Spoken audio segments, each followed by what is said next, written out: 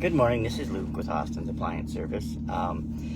We talked yesterday a little bit about how I was probably not going to continue to do these on a consistent basis and just do it as the mood struck, but I had some things this morning, so I thought I would do a video.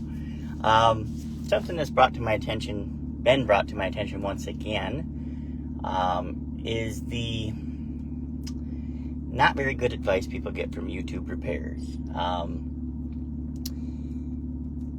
I get a lot of people calling me, well, I saw it on YouTube and it needs this thing. YouTubers, a lot of these YouTube videos are trying to make videos for views. They're making videos for production value, but there's just no way that they can cover the amount of detail it would require to cover every model. Or if they did, they would have to spend a lot of time with each individual model. And a lot of these guys are just giving you general ideas. If you got a washer shaking, you've probably got something going on with the suspension. Well, that is such a generic, broad, general answer, and many times that isn't the case. And there are so many variations within brands. Within one brand, you can have a half a dozen different drive lines, different designs, different way their suspension operates, different, just altogether different in the way that they operate. They may both say the same thing. They may say Whirlpool, but you might have 6 different drive lines within the Whirlpool brand, or pick your brand. So YouTube videos, I find, end up causing more problems than they're wrong more than they're right. Hey, more power to people that want to try to fix it themselves. I'm not opposed to that. Just be aware, Google searching YouTube videos, they're a toss-up, because there's just too many things too many variations within a brand, and then you're just talk, like right now, like if I was to talk about the Whirlpool brand right now, there are at least 2, 3, 4 maybe different variations of top loader drive lines.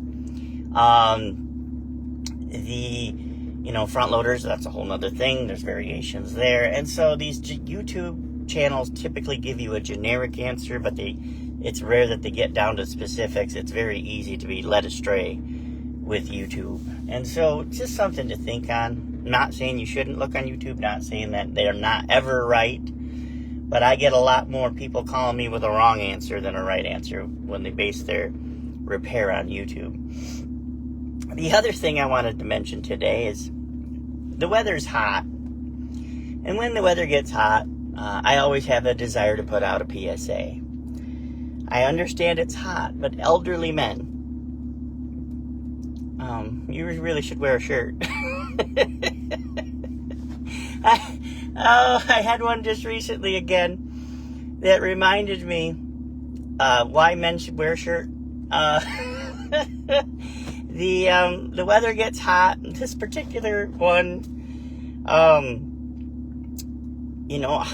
men, your bodies change as you get older, and it's a sad process, but you really should wear a shirt. This one in particular, he was, walking around shirtless, and of course I'm just, it's a little rough. but then he was telling me about how, we go inside and I'm just baking. Not only is he shirtless, but he's not running any air conditioning, and I'm just dying in there. And he's telling me about how he doesn't run the air conditioner because, he saves money. And I thought, I'll start a GoFundMe. I will crowdfund your electric bill if you will run the AC and put a shirt on. But it reminded me of that one reminded me of another one. There was a guy, this one's years ago, same kind of situation. This one was such a weird sight though. So it was really confusing. So this guy is an old guy, but he seemed almost like a retired military type. He had the flat top haircut and everything, and he's walking around in his yard with tennis shoes and white socks. But then he's wearing denim shorts.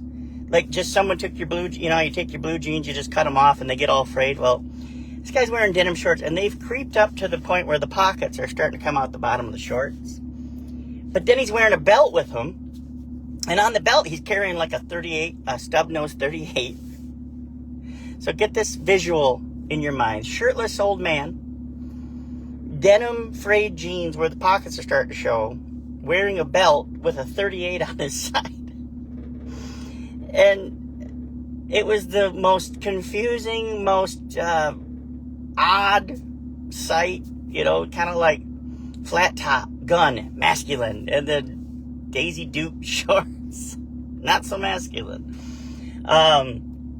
So it just reminded me of the pet. But yes, man, as you get older, things, you kind of have the same process happens to you that the women always talk about, but it's happening to you too. It's a little confusing when your parts don't look masculine anymore. You're morphing. You're becoming more feminine. It's a good time. It's a good time to put your shirt on. I'm always an advocate for keeping your clothes on, anyways. But elderly men, put your shirt on. Do us a favor. Help us. When it's like, and it isn't even just the elderly. When I'm out driving and it looks like someone took a grizzly bear and took all the hair off the grizzly bear and stuck them out on riding around on the lawnmower. I mean, it's a rough sight. So, put a shirt on. So anyways, totally random thought for the morning, totally stupid and having really no educational value, more just a funny observation. But I better get to work, and you guys have a good day.